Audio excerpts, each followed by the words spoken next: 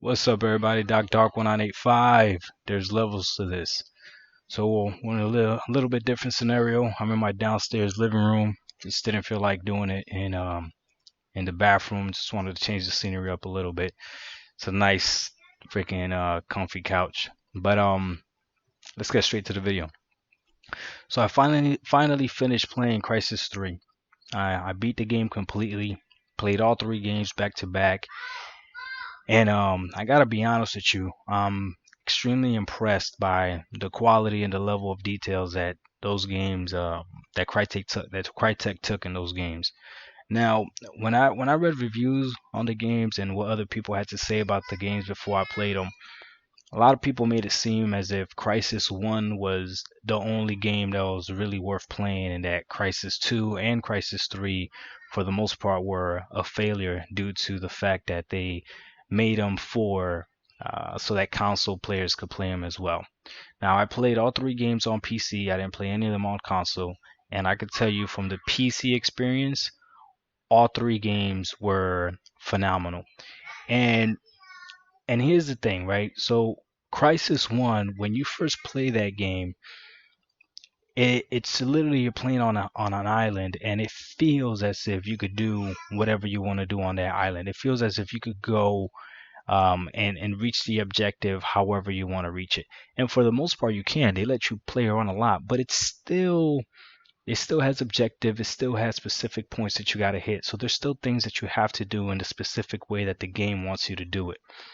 So it's kind of misleading when people say that it's like an open sandbox and you could do whatever you want. You really can't. It's still somewhat linear, but I understand when they say that it's not strictly linear.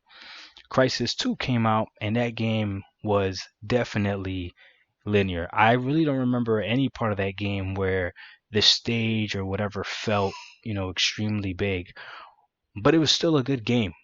It was still a very good game. And for me, the second Crysis, the controls streamlined how the first Crysis played, and you became more fluent in that nano suit. So being a soldier or being a marine in that nano suit and actually playing in that second Crysis, you really felt like you were in control, and you actually knew exactly what you were doing, especially if you just finished playing the first one. And again, it felt, because the world felt more linear. It's like the enemies were, for the most part, constantly in front of you, and that gave you a sense of no matter what was going on, you felt like you had an advantage. I'll be honest with you, you really feel like you have an advantage in that game. When you die in that game, it's kind of rare, because once you learn exactly how to manipulate the controls and when to cloak, when to use speed, when to do whatever, then I mean it's incredible. You're invincible. So the difference between Crysis 1 and Crysis 2, they changed the gameplay a little bit as far as controls. The stage was changed, and believe it or not, that actually made the game still intriguing, because it was a Crysis game, but it was a new experience, if that makes any sense. Then Crysis 3. What this game did, I think, was pretty awesome as well. So New York now is like in a dome, and it's like post-apocalyptic. There's like grass growing everything everywhere. Everything is destroyed, and they somehow made the stages of the game seem massive, and it gave you enough variety as to how you wanted to complete a mission. You also had a lot of secondary objectives throughout the game that would help you, which I loved. I love, because sometimes games have secondary objectives that really don't add, they might add to the story, but don't really help you in the story. I'll give you an example.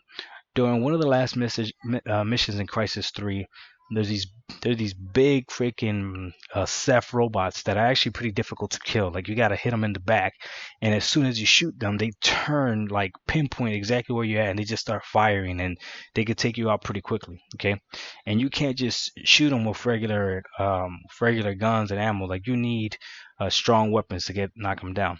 Well, this one secondary mission is, there's a mortar team, right? Another marine mortar team that needs your help. And it says, I remember I was maybe about 150 meters from my objective because it tells you like how far you are from your objective. And then the second objective popped up. The second objective was 300 and something meters the opposite direction. And it was to save this mortar team, okay, of Marines. Now, here's the cool thing, right?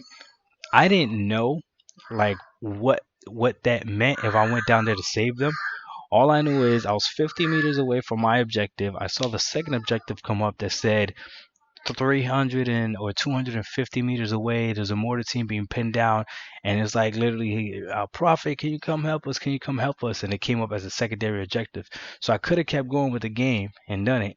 Instead, something inside of me, because I'm telling you, you feel like you're part of the game, turned around, went back. I saved those Marines, and when I saved them, they became a mortar team for me, where I literally could scan, could just like lock on the targets for the big freaking robotic Ceph machines that I was talking about, and they would mortar them and knock them out. Now they only knocked out two, and then it pretty much told me I was on my own, but that's okay because I think there was only three, and the other one I had already taken out, so it really helped out. So I thought that was amazing because it made it worth my while to go back that 250 meters.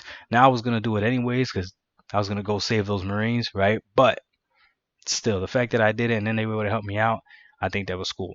But the grand scale of everything was awesome. The story of Prophet. All right, so that's really what it is. Crisis is a story of, I don't even know why they call it Crisis. Maybe because you're in crisis while it's going on. I don't know.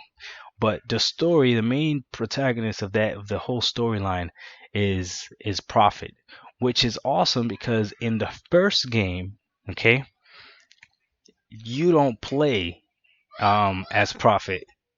In the second game, you don't really play as Prophet either, but you realize that Prophet is almost like an idea. Prophet is the sum of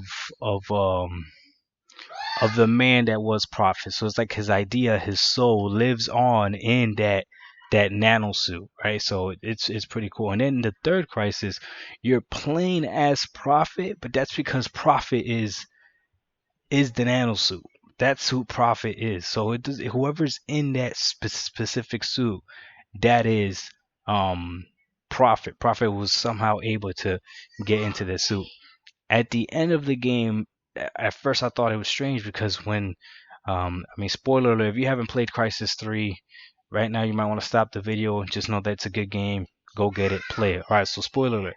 At the end of the game, you wake up and you're looking at yourself in the mirror and it's Prophet, like the human Prophet, right? Prophet's face. And I remember looking at this sequence and I was confused because in Crysis 2, the beginning of Crysis 2, Prophet, the human Prophet, kills himself, right? So it's like, how is he now alive when someone else literally took the suit, right? So it's not like it was actually his body. Well, as the game continues and everything, and it shows the final scene, and in his hand he has um, three dog tags, and he chucks them into the water, and his skin starts moving and like separates and comes back in, and you realize that he has completely embodied the nanosuit to the point where now he looks like the image of Prophet, but he is actually the nanosuit.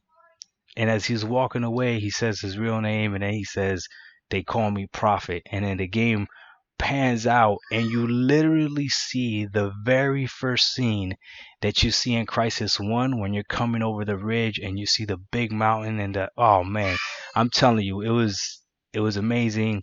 I love when video games do that, especially across multiple video games.